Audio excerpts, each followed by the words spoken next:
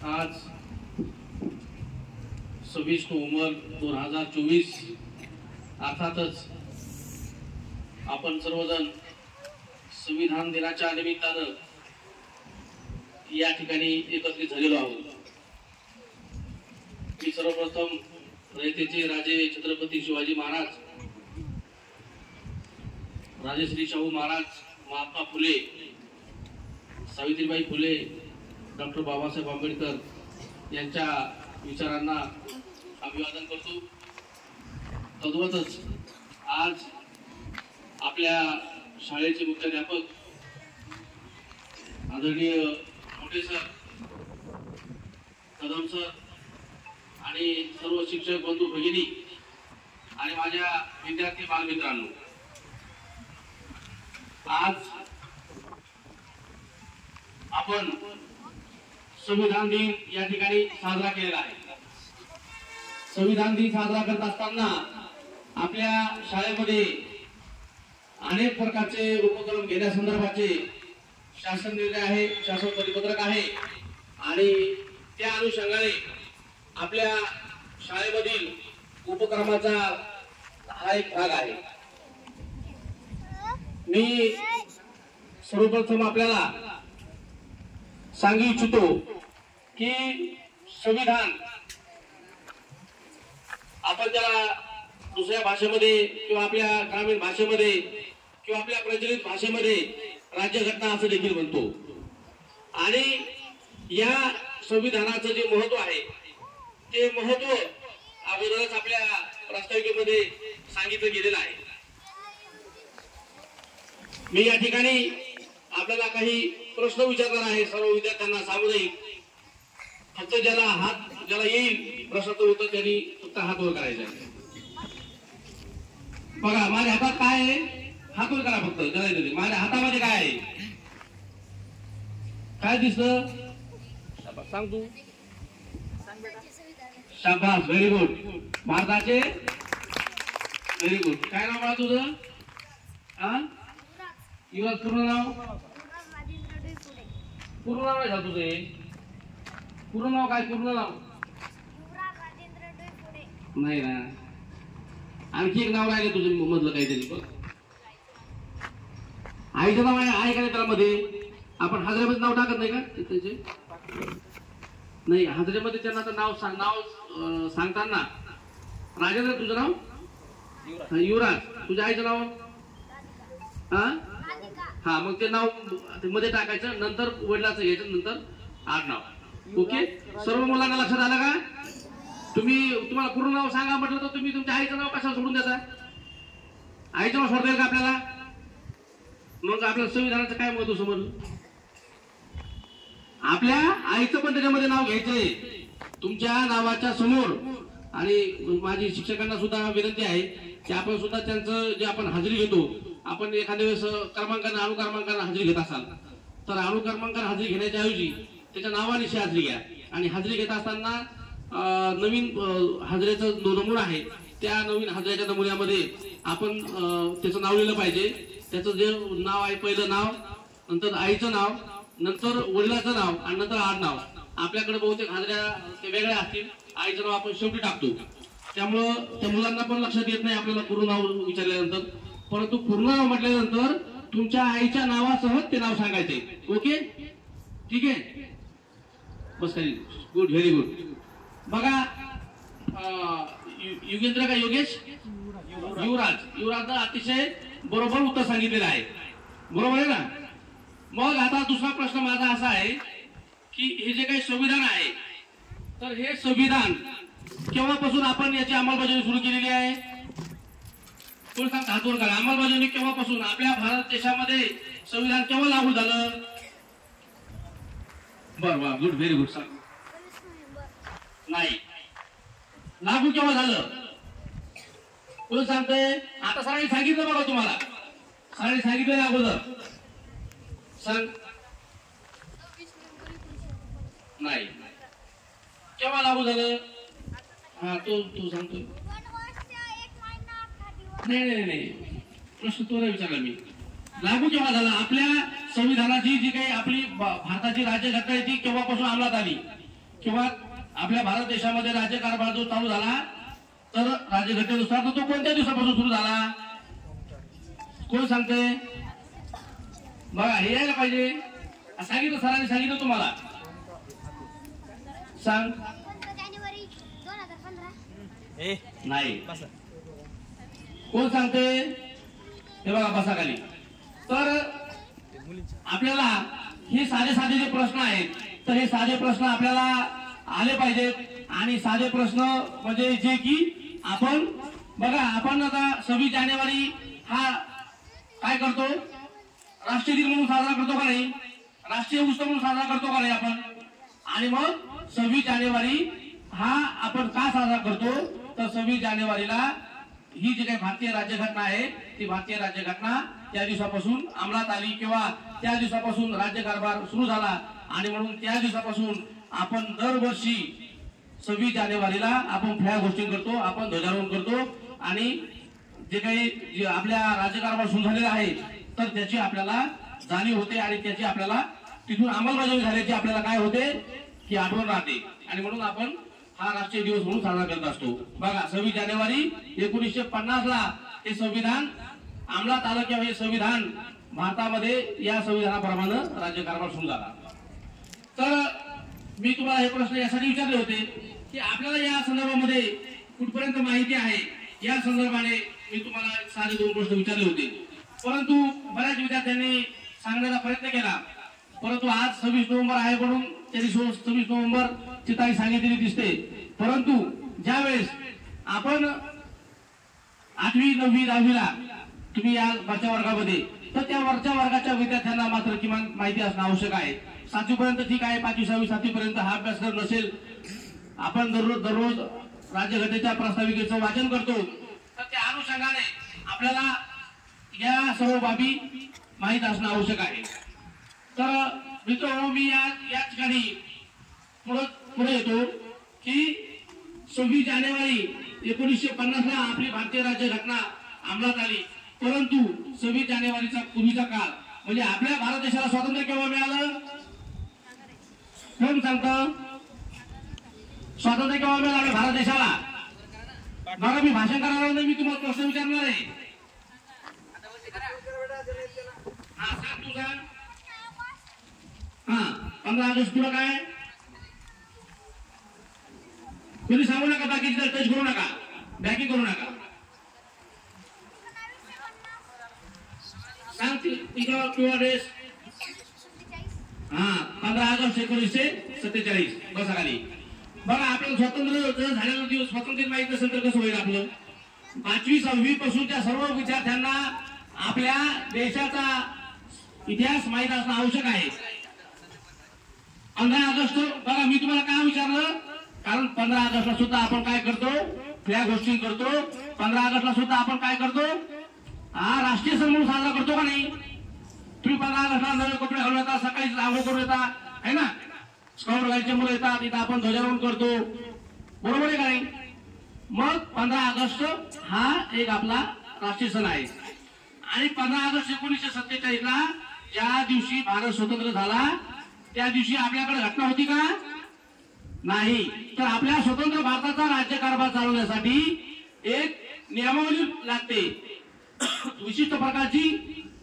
आचारसंहिता लागते म्हणून यासाठी म्हणून तत्कालीन पंतप्रधान पंडित जवाहरलाल नेहरू यांच्या मार्गदर्शनाखाली एक आधी संविधान सभा त्या ठिकाणी अस्तित्वात आली आणि त्या संसदेमध्ये अशा प्रकारची घटना आपल्या स्वतंत्र भारताला असणं आवश्यक आहे अशा प्रकारचा प्रस्ताव त्यामध्ये संमत झाला आणि जे काही काम सुरू होतं तर हे काम 19 डिसेंबर 1946 पासून या मसुदा समितीचं काम सुरू होतं परंतु ते काम पूर्ण झालं होतं का नाही 1947 ला आपला भारत देश जरी स्वतंत्र झाला तरी पण ते काम पूर्ण झालं नव्हतं आणि म्हणून 1947 नंतर आपल्याला राज्यघटना आवश्यक आहे आपल्या स्वतंत्र भारताला राज्यघटना आवश्यक आहे म्हणून या राज्यघटनेची लवकरात लवकर त्या ठिकाणी निर्मिती व्हावी ती राज्यघटना लवकर तयार व्हावी यासाठी म्हणून सर्वतोपरी प्रयत्न करण्यात आले आणि त्यानंतर जसं सांगितलं की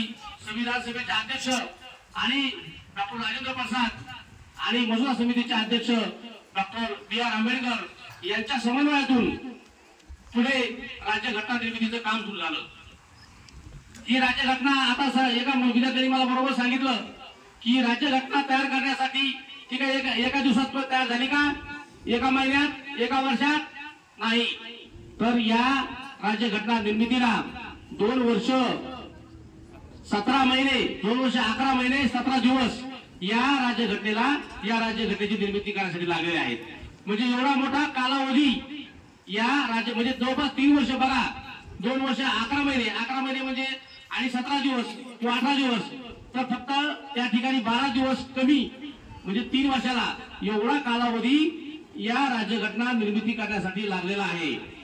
आणि ही राज्यघटना निर्माण करण्यासाठी अनेक प्रकारचे संदर्भ या ठिकाणी घेऊन या राज्यघटनेची निर्मिती झालेली आहे। बघा, छत्रपती शिवाजी महाराजांच्या काळात सुद्धा एक अष्टप्रधान मंडळ होतं, बरोबर आहे, त्यामध्ये पण मंत्री त्यांची जे काही कामं आहेत अशा प्रकारची वर्गवारी होती आणि त्याचाच एक संदर्भ घेऊन अशा प्रकारची रचना या राज्यघटनेमध्ये करण्यात आली।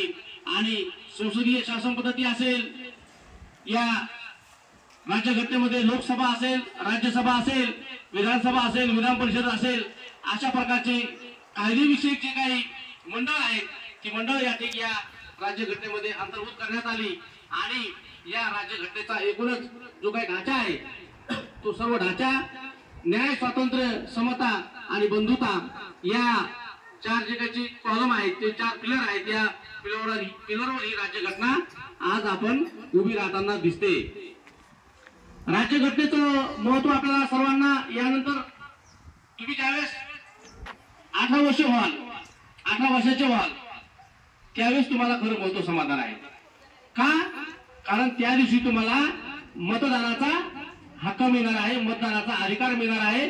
त्या दिवशी तुमचं नाव मतदार यादीमध्ये असणार आहे आणि त्या मतदार यादीमध्ये नाव आल्यानंतर तुम्ही या भारताचे, या देशाचे सुजाण नागरिक आहात अशा प्रकारचा ठप्पा तुमच्यावर पडला जातो।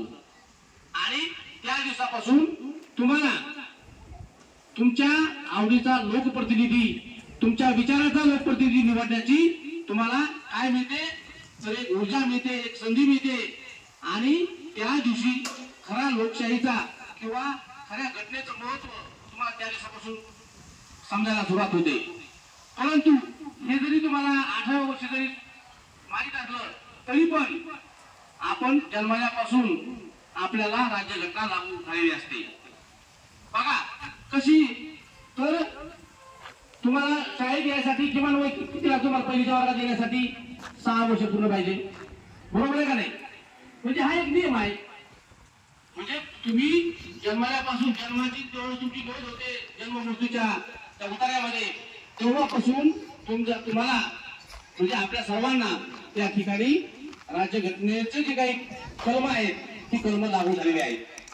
मग तुम्ही म्हणता कलम म्हणजे काय, तर कलम म्हणजे नियम, कलम म्हणजे काय, कलम म्हणजे की काय, तर नियम। तर असे 295 कलम, किती किती कलम आहेत भारतीय राज्यघटनेमध्ये?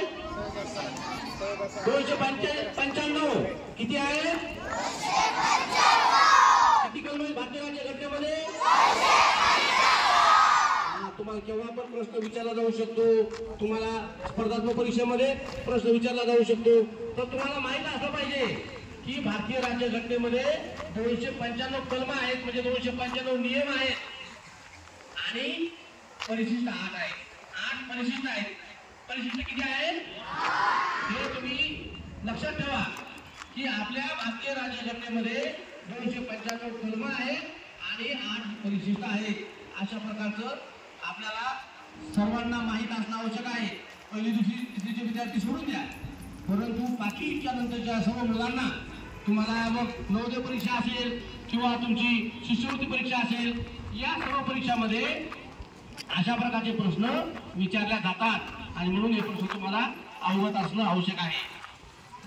बघा, तुम्हाला 295 कलम, 295 नियमामध्ये परत तुम्ही आलात आणि या 295 कलमाची आता आपल्याला अंमलबजावणी पण आपण करतोय आणि ही अंमलबजावणी होत असताना बघा आपल्याला माहित आहे की आपला देश हा सुजलाम सुफलाम आहे. आपल्या देशामध्ये भौगोलिक परिस्थिती वेगळी आहे, बरोबर आहे. जम्मू काश्मीरमध्ये तुम्ही जर बघितलं आता तुम्ही गेलात तर जम्मू काश्मीरमध्ये आता बर्फ पडलेला दिसेल तुम्हाला, बरोबर आहे. तिथं अतिशय खूप थंडी आहे आणि आपल्याला आज आपल्याला एवढी थंडी वाजते का? नाही. तसं तसं आपण दक्षिणेकडे जाऊ तसं तसं आपलं जे काही तापमान आहे ते तापमान आपल्याला वाढलेलं दिसेल. परंतु आपण ज्या वेळेस उत्तरेकडे जातो त्यावेळेस मात्र आपल्याला जे तापमान आहे ते खूप कमी कमी झालेलं दिसेल. आणि जम्मू काश्मीरला ते खूप कमी, म्हणजे आजही तिथलं तापमान 5 अंश सेल्सिअस 7 अंश सेल्सिअस किंवा केव्हा केव्हा 2 अंश सेल्सिअस एवढं तापमान येते. म्हणजे आपल्या भारतामध्ये भौगोलिक परिस्थिती वेगळी आहे का नाही? बरोबर आहे. जर आपण बघितलं तर आपल्या संस्कृती वेगळ्या आहेत. राजस्थानची वेगळी संस्कृती आहे, मध्य प्रदेशची वेगळी संस्कृती आहे, महाराष्ट्राची संस्कृती वेगळी आहे, आंध्र प्रदेशची वेगळी आहे, कर्नाटकची वेगळी आहे. म्हणजे प्रत्येक राज्याची संस्कृती वेगळी आहे, प्रत्येक राज्याच्या भाषा वेगळ्या आहेत, बरोबर आहे. अलग अलग भाषा. आपल्या महाराष्ट्राची भाषा कोणती? मातृभाषा शाबास. महाराष्ट्राची मातृभाषा कोणती आहे? मराठी. शाबास, हुशार. त्याच्यानंतर बघा तामिळनाडूची भाषा कोणती आहे? मातृभाषा. तामिळनाडूची मातृभाषा कोणती आहे? कोणती भाषा आहे? तामिळ, बरोबर आहे. कर्नाटक अतिशय उत्साहानं पोळा सण साजरा करतो, बरोबर आहे. तर केरळमध्ये पोंगल नावाचा सण साजरा होतो, बरोबर आहे. गुजरातमध्ये दांडियाचा जो काही सण आहे किंवा खेळ आहे तो प्रामुख्याने खेळला जातो. म्हणजे आपल्या भारतामध्ये वेगवेगळे सण आहेत, वेगवेगळे खेळ आहेत, वेगळ्या संस्कृती आहेत आणि खाण्यापिण्याच्या पद्धती पण वेगळ्या आहेत, बरोबर आहे का नाही? कोणी बोलायचं नाही. म्हणजे समोर कोणतं बोलतंय, माझ्या मोबाईल मध्ये रेकॉर्डिंग होते. मी तुमच्या घरी पालकांना तुमच्या आई वडिलांना पाठवणार आहे. जो मुलगा बोलतोय ना त्याच्या आई वडिलांना पाठवणार आहे. ते कोणी बोलायचं नाही.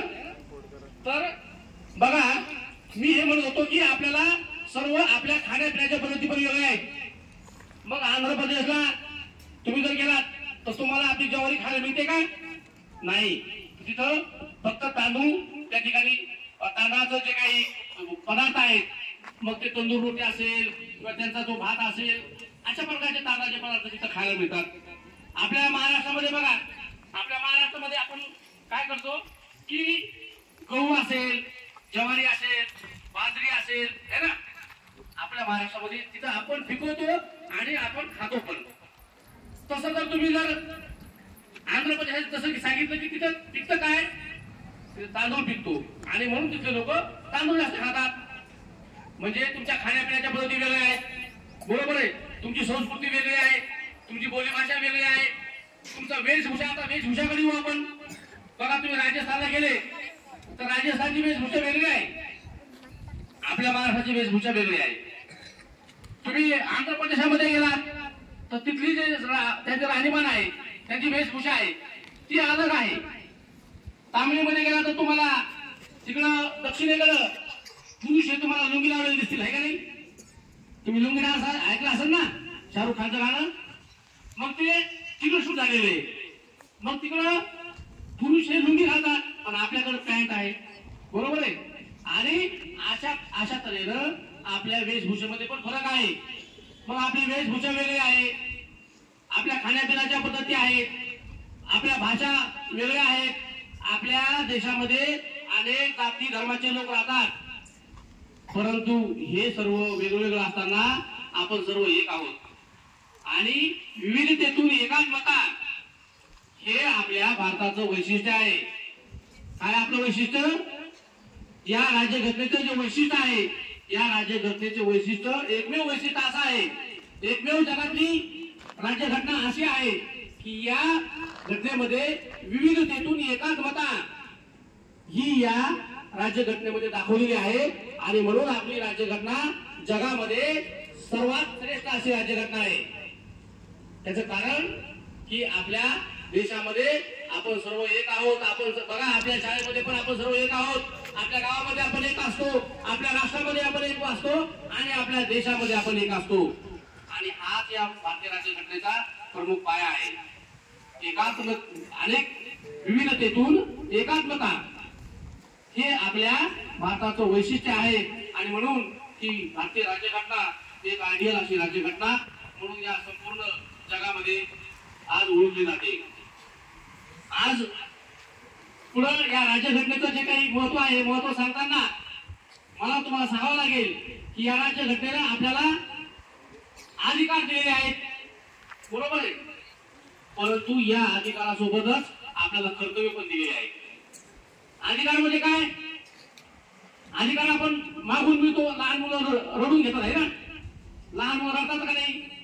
मला खेळणी पाहिजे, मला काय पाहिजे, तो त्याचा अधिकार असतो, बरोबर आहे, तो त्याचा अधिकार असतो. परंतु आपल्याला त्याचबरोबर काही कर्तव्य पण दिलेले आहेत. पण कर्तव्य म्हणजे काय? तर कर्तव्य म्हणजे आपण आपल्या देशामध्ये राहत असताना सर्वप्रथम आपण बंधुभावाने राहिलं पाहिजे, समानतेने राहिलं पाहिजे, किंवा अनेक प्रकारची जी काही आपल्या म्हणजे गावाच्या पाणीपट्टी नळपट्टी भरण्यापासून आपली कर्तव्य आहे. तर आपल्या सर्व आपण जे जे जीवन जगत असताना आपल्या दैनंदिन जीवनामध्ये ज्या काही बाबी असतात त्या सर्व आपल्याला कर्तव्यातून पाळायला लागतात. आणि मग आपल्या अधिकारासोबतच या राज्यघटनेमध्ये कर्तव्य पण दिलेले आहेत आणि म्हणून ही राज्यघटना सर्वश्रेष्ठ आहे. बघा राज्यघटनेचं दुसरं जे पुढं आपल्याला गेल्यावर असं सांगता येईल की राज्यघटनेमध्ये स्वातंत्र्यता आहे. स्वातंत्र्य, मग स्वातंत्र्य कशाचं? तर तुम्हाला प्रत्येक बाबतीमध्ये स्वातंत्र्य दिलेलं आहे. मग तुम्हाला अभिव्यक्ती स्वातंत्र्य आहे, संचार स्वातंत्र्य आहे, तुम्हाला विचाराचं आदान प्रदान करण्याचं स्वातंत्र्य आहे. एवढंच नाही तर तुम्हाला तुमच्या संघटना करण्याचं स्वातंत्र्य आहे, तुम्हाला देशामध्ये आणि जगामध्ये कुठेही फिरण्याचं स्वातंत्र्य आहे. आणि एवढंच नाही तर तुम्ही जगाच्या आपल्या देशाच्या कुठल्याही कानाकोपऱ्यात तुम्ही जाऊन राहू शकता, तिथे तुम्ही जमीन घेऊ शकता, तुम्ही घर घेऊ शकता. अशा प्रकारचं स्वातंत्र्य या भारतीय राज्यघटनेने आपल्याला बहाल केलेलं आहे. त्यानंतर समता. बघा मी तुम्हाला अगोदर सांगितलं समता मग कुठून? आपल्याला घरापासून सुरुवात करावी लागते, बरोबर आहे. आपल्या घरामध्ये तुम्ही बघत असाल एक मुलगा आणि एक मुलगी जर असेल तर मुलाला जास्त दिलं जाते का रे? मला खाऊ आणला तर मुलाला जास्त दिला जातो का? अर्थातच दिला जात असेल आहे ना. काही पण पडलं तर मुलाला जास्त दिलं जाते. आपल्या पालकाकडूनच सर्वप्रथम आपल्या आई वडिलांकडूनच आपल्यामध्ये भेदभाव केला जातो है ना, बरोबर आहे. तुम्हाला मोठं या 6वी 7वी 8वी 9वी 10वीच्या मुलांना समजत असेल की मुलींना काय केलं जातं की मुलींना थोडस मागे ठेवलं जातं. मग ते कुठल्याही प्रकारे असो त्यांना मागे ठेवण्याचा प्रयत्न केला जातो. परंतु भारतीय राज्यघटनेनं काय केलेलं आहे की समतेच्या माध्यमातून तो हक्क दिलेला आहे, अधिकार दिलेला आहे समतेचा. आणि समतेच्या अधिकारामुळे समतेच्या हक्कामुळे आज बघा आपल्या शाळेमध्ये मुलापेक्षा मुली जास्त असतात, बरोबर आहे का नाही. हे भारतीय राज्यघटनेचं एक खूप मोठी उपलब्धी आहे. भारतीय राज्यघटनेनं आपल्याला काय दिलेलं आहे की समता प्रस्थापित करण्याचं या ठिकाणी आपल्याला नियम घालून गेलेले आहेत. आणि ही समता प्रस्थापित आपल्या सर्वप्रथम आपल्या घरापासून आपल्याला करायची आहे. आपल्या आई वडील जे आहेत ते आई वडील बघा आजही जर आपण विचार केला तर बऱ्याचशा मुलींना 10वी नंतर शिकू दिल्या जात नाही, 12वी नंतर शिकू दिल्या जात नाही आणि मुलांना मात्र या ठिकाणी परदेशात पाठवण्याची तयारी असते, बरोबर आहे का नाही. तर अशा प्रकारचं हे स्वातंत्र्य किंवा ही जी काही समता आहे ही समता या ठिकाणी आजही आपल्याकडे पूर्णपणे दिसून येत नाही. आणि म्हणून ही समता प्रस्थापित करण्यासाठी म्हणून या घटनेची प्रभावीपणे अंमलबजावणी होणं आवश्यक आहे. बघा आपल्याला म्हणूनच आज महाराष्ट्र शासनानं काय केलं तुम्हाला माहिती आहे. मागच्या महिन्यामध्ये सर्व मुलींना मोफत शिक्षण दिलेलं आहे. काय दिलेलं आहे? मोफत शिक्षण. का का गरज पडली शासनाला की फक्त मुलींना शिक्षण दिलं पाहिजे मोफत? जर 100 मुली त्या ठिकाणी प्रवेश प्राप्त झाल्या तर त्या 10वी पर्यंत 80 राहतात आणि पुढे 11वी 12वीला ज्यावेळेस 12वीचा रिझल्ट आपण पाहतो त्यावेळेस त्या मुली फक्त 50च राहतात. म्हणजे मुलीची 50% गळती होते. बघा शहरामध्ये भाग वेगळा पण ग्रामीण भागातल्या मुलींची 50% गळती होते. म्हणजे पहिला जर 100 मुली असतील प्रवेश झालेल्या तर 12वी उत्तीर्ण जर आमचा रिझल्ट पाहतो आम्ही तर त्यावेळेस फक्त 50च मुली त्या ठिकाणी शिकताना दिसत आहेत. आणि मग आपण कशी समानता म्हणतोय? आपण कशी समानता त्या ठिकाणी दाखवून देऊ शकतो? तर आपल्याला समतेचं तत्व जर तुम्हाला जर कळायचं असेल तर सर्वप्रथम सर्वांनी आपल्याला त्याची घरापासून सुरुवात करणं आवश्यक आहे. आणि म्हणून आज बघा, आज भारतीय राज्यघटनेनं तुम्हाला अनेक अधिकार दिलेले आणि म्हणून त्या अधिकाराच्या माध्यमातून आज मुलगा मुलगी समान आहे की मुलाच्याही पुढे आहे असं म्हणायला हरकत नाही. कारण आपण मुलीची संख्या पाहिली, मुलीचं टॅलेंट पाहिलं, त्यांची विद्वत्ता पाहिली तर नक्कीच मुलापेक्षा पण सरस आहे. पण आपल्या कुटुंबातून मात्र कुटुंबाकडून त्या मुलीच्या शिक्षणावर गदा आणली जाते आणि आपल्या जे काही जुनाट विचारांचा जो काही प्रभाव आहे तो प्रभाव त्या ठिकाणी टाकला जातो. तर ही जे काही तत्व आहे हे तत्व या घटनेला मान्य आहे का? नाही. तर समतेचं तत्व घटनेला मान्य आहे आणि म्हणून समता प्रस्थापित करण्यासाठी म्हणून भारतीय राज्यघटनेमध्ये पहिला जो कॉलम आहे तो समता म्हटलाय त्याच्यामध्ये. नंतर बघा स्वातंत्र्य पण सांगितलं तुम्हाला. त्यानंतर जे काही पुढचे जे काही भारतीय राज्यघटनेचा महत्वाचा घटक आहे तो आहे न्याय. बघा न्याय म्हणजे काय? तर कुणाकडून पण कोणत्या व्यक्तीकडून दुसऱ्या व्यक्तीवर कुठल्याही प्रकारचा अत्याचार न होणे त्याला म्हणायचं न्याय. आता हा न्याय म्हणजे कसा? तर न्याय तुम्हाला सुरुवातीपासून दिला जातो. बघा आपल्या देशामध्ये आरटी ऍक्ट आला. आरटी ऍक्ट मध्ये सर्व विद्यार्थ्यांना 6 ते 14 वर्ष वयोगटाच्या सर्व विद्यार्थ्यांना मोफत आणि सक्तीचं शिक्षण दिलेलं आहे. हा झाला न्याय. काय झाला? हा न्याय झाला. कारण समजा कोणाला म्हटलं की ग्रामीण भागातल्या मुलांना फुकट आणि शहरी भागातल्या मुलांना विकत शिक्षण, तर हा न्याय होऊ शकतो का? नाही. तो त्या शहरातल्या विद्यार्थ्यांवर अन्याय होईल. म्हणून 6 ते 14 वर्ष वयोगटातल्या सर्व मुला मुलींना मोफत आणि सक्तीचं शिक्षण भारतीय राज्यघटनेच्या कलम 16(4) नुसार तुम्हाला या ठिकाणी तो अधिकार मिळाला आहे. आणि त्या कलमाला वे आपण आज मोफत शिक्षण घेत आहोत. मोफत शिक्षण याचा अर्थ काय? तर तुमची शासन कुठल्याही प्रकारची ट्युशन फी घेणार नाही, शैक्षणिक फी घेणार नाही. परंतु आज आपल्याकडं आज जर आपण बघतो तर आज आपल्या सर्व शहरामध्ये आज तुमची शाळा बघा, आज ग्रामीण भागामध्ये शाळा आहे. या शाळेमध्ये सर्व शिक्षक आहेत. या शिक्षकांना कुठलाही पगार आहे का? शासन देतं का? नाही. या सगळ्या गोष्टीसाठी म्हणून एक तुमचं जे काही शाळेचं जे काही मेंटेनन्स असतं या मेंटेनन्स साठी ची फी घेणं वेगळी. परंतु जर तुम्ही MBBS किंवा IIT या क्षेत्राकडे तुम्ही ज्यावेळेस जाता, ज्यावेळेस तुम्हाला प्रवेश घ्यायचा आहे त्यावेळेस मात्र तिथं लाखो करोड रुपयाची फी त्या ठिकाणी द्यावा लागत होती. परंतु या वर्षीपासून मात्र महाराष्ट्र शासनानं मुलींना हे शिक्षण सर्व मोफत दिलेलं आहे. का? तर मुली पण या मुलाच्या सोबत राहिल्या पाहिजे, मुलींचं शिक्षण मुलासोबत राहिलं पाहिजे, त्यांची शैक्षणिक गळती होता कामा नये, त्या पण शिकल्या पाहिजेत. आणि म्हणून ते पालकांना प्रोत्साहन म्हणून या ठिकाणी मुलींना मोफत आणि सक्तीचं शिक्षण या ठिकाणी दिलेलं आहे. तर अशा प्रकारे मुलीवर अन्याय नको, मुलीवर कुठल्याही प्रकारचा अन्याय नको. कारण घरापासूनच तिच्यावर अन्याय होऊ शकतो. मुलींना मग मुलगी काय तर बाबा उद्या लग्न झाल्यानंतर ती सासरी जाणार आहे आणि मग तिच्यावर शिक्षणावर खर्च कशाला करायचा, अशा प्रकारची एक वाईट विचार पालकाच्या मनात असू शकतो. आणि म्हणून शासनानं ते हेरलं आणि शासनानं सांगितलं की कुठल्याही मुलींना आज आपण लगेच ती जिथपर्यंत शिकेल त्याला काही लिमिट दिली त्यांनी नाही, तुम्हाला जिथपर्यंत शिकायचंय तिथपर्यंत तुम्ही तुम्ही शिकलात तरी चालेल, तुम्हाला 1 रुपया पण खर्च येणार नाही, असं शासनाचं धोरण ठरवलेलं आहे. आणि हा शासनानं तुम्हाला न्याय दिलेला आहे.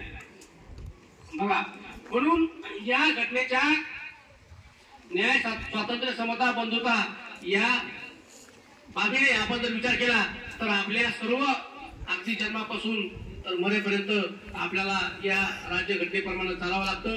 त्या नियमाप्रमाणे राज्यघटना म्हणजे काय की एक नियम आहे, एक त्याला आपण काय म्हणू की एक प्रकारची शिस्त आहे. आणि ती शिस्त आपल्याला लहानपणापासून आपण ज्यावेळेस आपण अंगीकारतो त्यावेळेस पासून आपण राज्यघटना स्वीकारली असं त्याचा अर्थ आहे. आणि म्हणून आज बघा, आज जर तुम्ही बघितलं तर आपल्या देशामध्ये आज आपण अनेक बाबतीमध्ये आपला देश अग्रेसर आहे.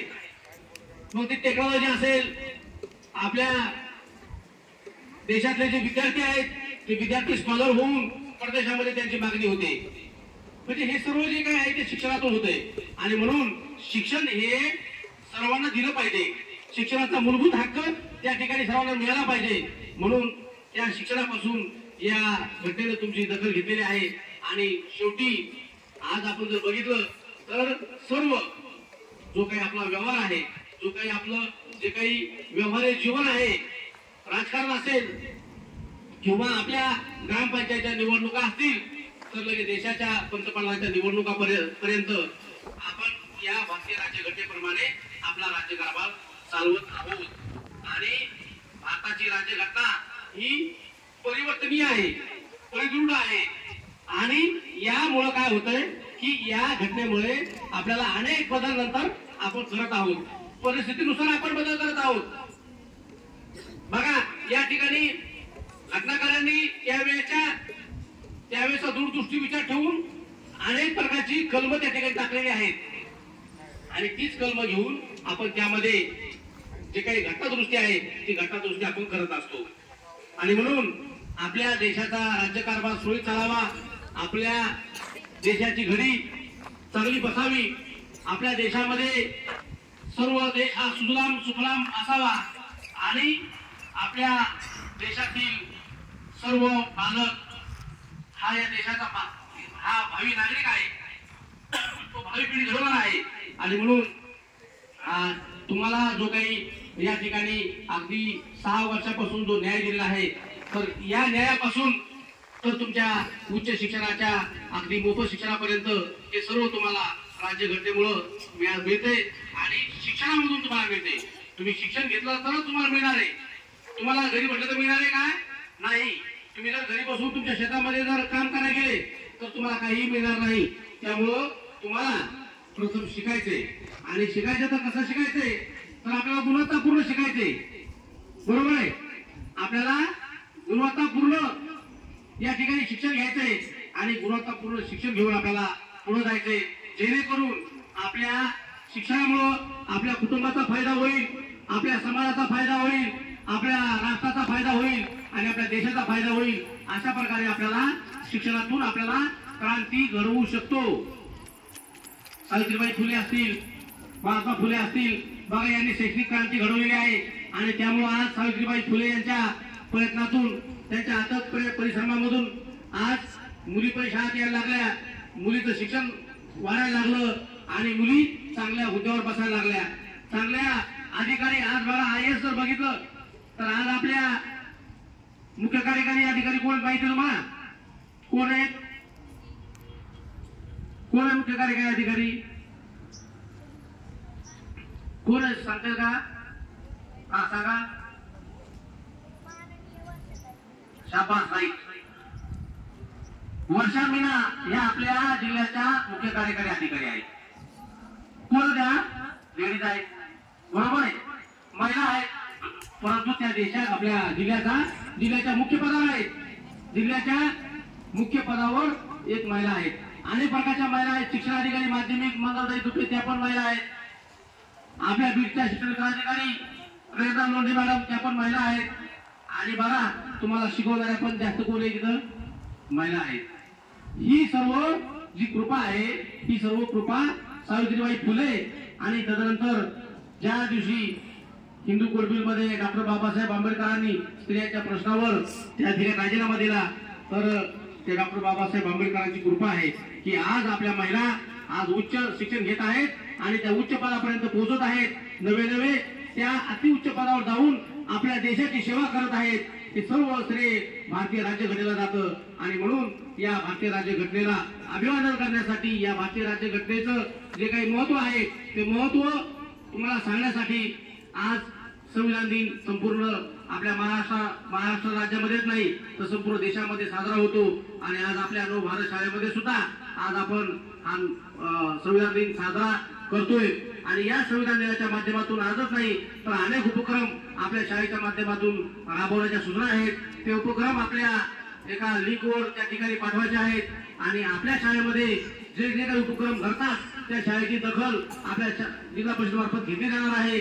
आणि तशा प्रकारचे पुरस्कार, तशा प्रकारचं प्रमाणपत्र आणि यथोचित असा सन्मान त्या ठिकाणी आपल्या सर्व शाळांचा त्या ठिकाणी होणार आहे. आणि म्हणून सर्व विद्यार्थ्यांनी अजूनही आपले काही उपक्रम बाकी आहेत तर हे उपक्रम तुम्हाला राबवायचे आणि त्या उपक्रमाच्या माध्यमातून आपली जी काही प्रगती आहे किंवा आपली जी काही चुनक आहे ती चुनक दाखवायची आणि त्यातून आपल्याला आपल्या शाळेचं नाव, आपल्या आईवडिलांचं नाव या ठिकाणी आपल्याला कमवायचंय. अशा प्रकारची भावना आपल्या मनामध्ये आज येणं आवश्यक आहे, किंबहुना ती यावी.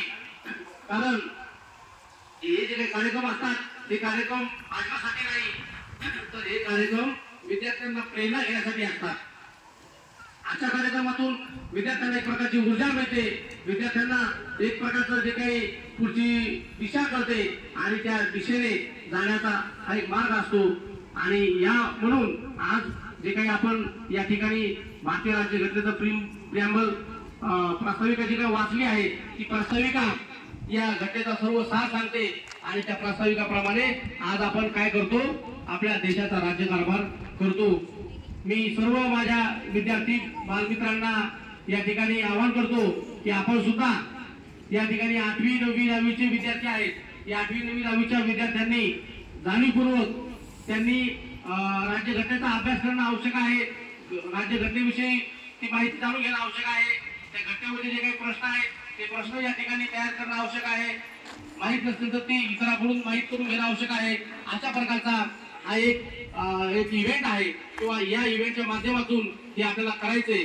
हा शासनाचा एक उद्देश आहे आणि या उद्देशानेच आज आपण या ठिकाणी कार्यक्रम घेतलेला आहे. मी मोठे सर आणि तुमच्या सर्व शिक्षक बंधू भगिनीचे या ठिकाणी आभार व्यक्त करतो. त्यांनी अतिशय चांगल्या पद्धतीनं या मुलाचं जे काही कारण एवढे मुलं, छोटे मुलं शांत बसवणं एवढं सोपं काम नाही, परंतु या शाळेची शिस्त आपण सर्वांनी लावून दिलेली आहे आणि हे या एकंदरीत या कार्यक्रमाच्या निमित्ताने इथं दिसतंय. म्हणून तुमचे सुद्धा हार्दिक या ठिकाणी अभिनंदन करतो आणि या निमित्तानं माझे 2 शब्द थांबवतो. धन्यवाद. जय हिंद, जय महाराष्ट्र.